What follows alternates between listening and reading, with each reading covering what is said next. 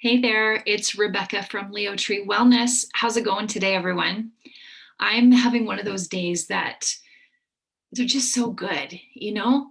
You have one of those days that you just kind of wish would last for always. And I knew that it was important for me to hop in here and share some of this positive energy with you so that if today is not feeling like that for you, maybe I can help lift you even just a little bit.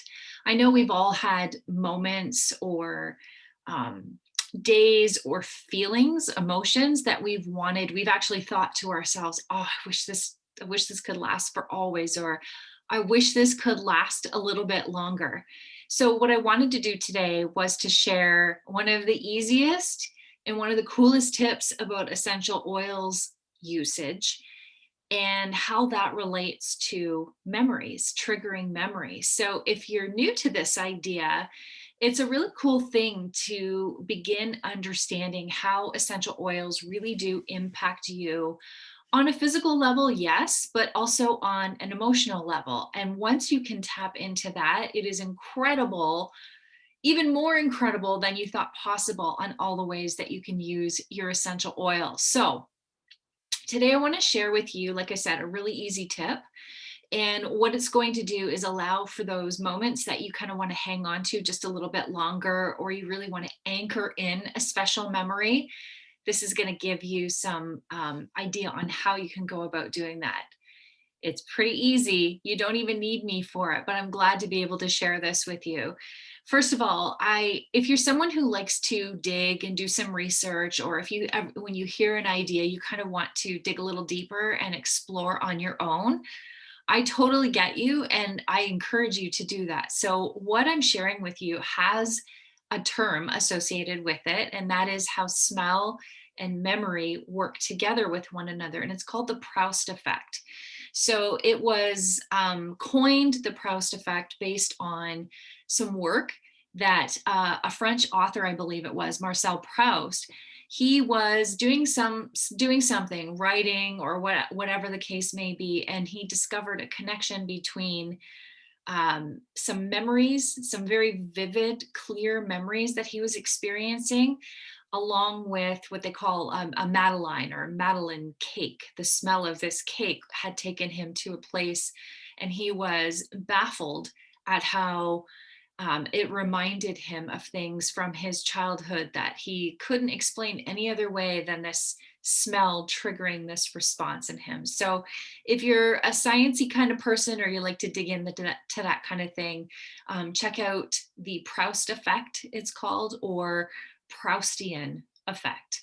It's pretty cool stuff. But for today, we'll keep the science to a minimum because I really want for you to have this tool that you can use whenever the heck you want. Okay.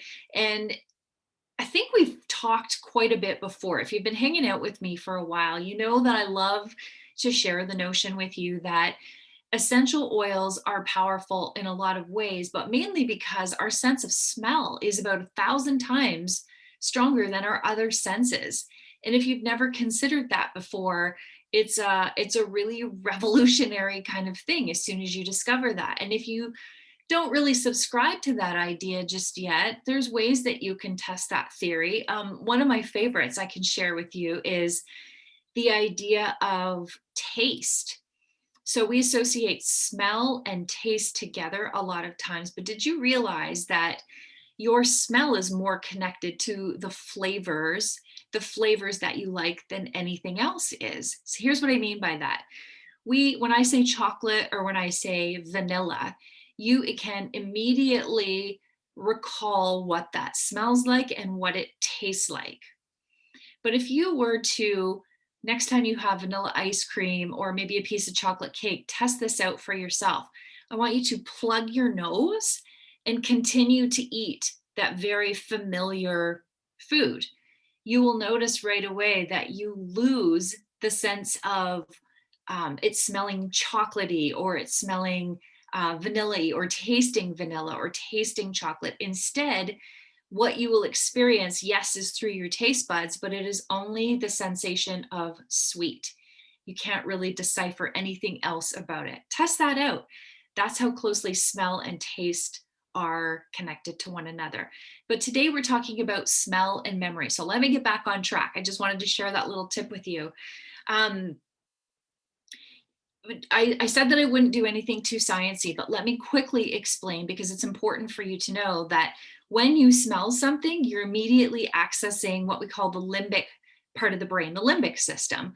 And within that limbic system, there are two sort of departments, I'll call them, or two sections of the brain. One is called the amygdala, and that is the little almond shaped structure that's inside the brain.